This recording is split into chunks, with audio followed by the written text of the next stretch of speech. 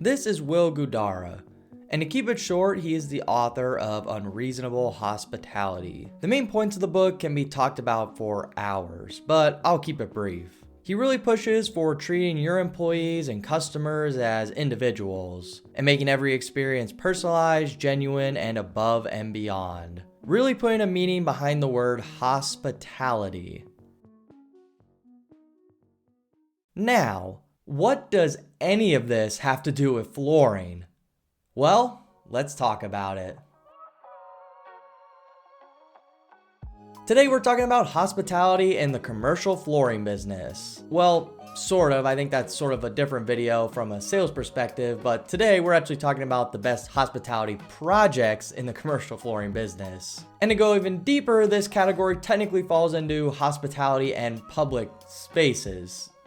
Yeah, that's not confusing at all. It's a pretty broad sector, but I think that's a main reason on why this category is so amazing. Because you truly never know what you're going to get. And when you work with high-class commercial flooring professionals, that's a really good thing. But to break it down, you get something like a hotel like everyone thinks about, or you go all the way across the spectrum to an airport. There's a very wide range. But for those who don't know, when you think of public spaces, think of things like, I don't know, a market, an airport like I mentioned, a museum, and everything in between. Anything that's a public space. Oh man, that's either the best or worst explanation ever. And then with hospitality, it's a very narrow range I think a lot of people can grasp. You have your hotels, you have your restaurants that even fall in there, your resorts, and everything in between. And to be honest, you really have to think about it anywhere with a high level of customer service. Or you could even say unreasonable hospitality. And to be honest, that's the main point of the floors and why this category is so large. These floors not only have to be very durable to withstand a high amount of foot traffic, but they also have to be very pleasing to the clients. Plus, they have to be sort of easy to maintain since the scale of them is so large. Which is another reason why I think some of these projects we're going to look at are so incredible, just because they are just so big. And the level of precision that was taken with these floors and everything around the floors is honestly incredible. I can't wait to share some of these stories. So I guess with all that said, let's jump on the hospitality and public space train and talk about the very best projects from the past year.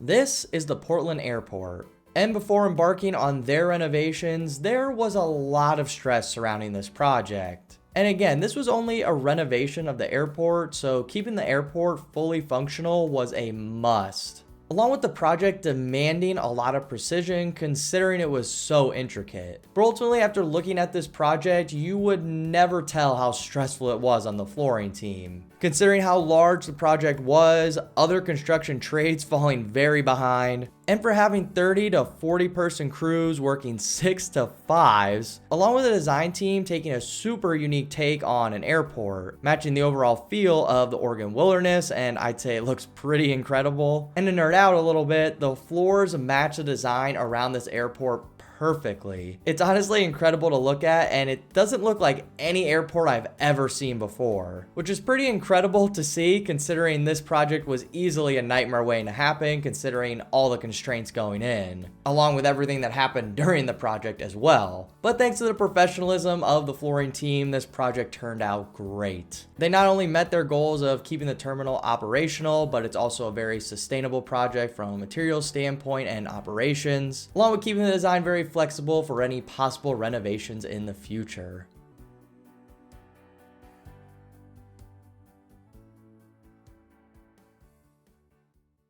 This is the Davenport Hotel, which technically didn't win this award. Well, sort of did, but anyway.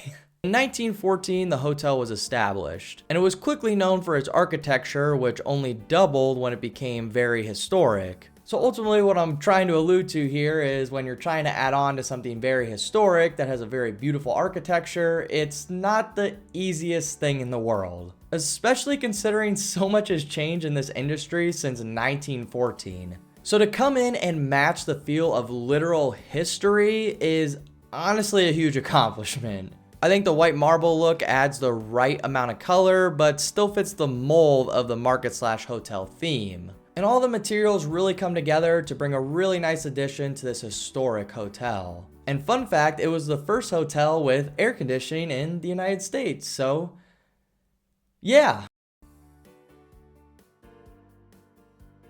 Hotels, restaurants, spas, everything in between, underneath the surface, they have one main job. They are there to give you this overwhelming feeling of comfort and healing. That's ultimately what hospitality is all rolled into, that feeling of care and healing and just a feeling that you belong. But ultimately, when everything around the client, especially the floors and the architecture, can give that huge feeling of care, wow, that's probably an amazing project. And the Murrieta Hot Springs Resort in beautiful Murrieta, California is the picture-perfect example of hospitality and public space flooring. From a strict flooring perspective, this project seriously had it all and everything came together at the right moment.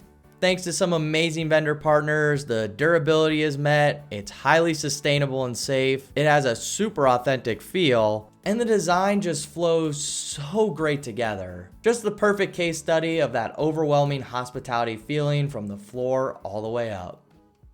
So in closing, hospitality is a wild flooring category. There is just so much work that goes into these projects. Precision, scale, incredible design, and honestly, half of the projects we talked about today had a huge part of history within them. Heck, the Davenport Hotel is over 100 years old. But ultimately, these hospitality and public space projects have a lot of goals in mind. And at the top of mind is just having that unreasonable hospitality, while having some of the most durable and fresh looking floors out there. So in short, if you have a space similar to this, or you're looking to have one of the best hospitality spaces in the world, feel free to leave a comment down below. Or if you like talking about flooring as much as I did and enjoyed this video, be sure to like and subscribe. But I think I talked enough about flooring and hospitality today, so I will see you all in the next one. Take care, everybody.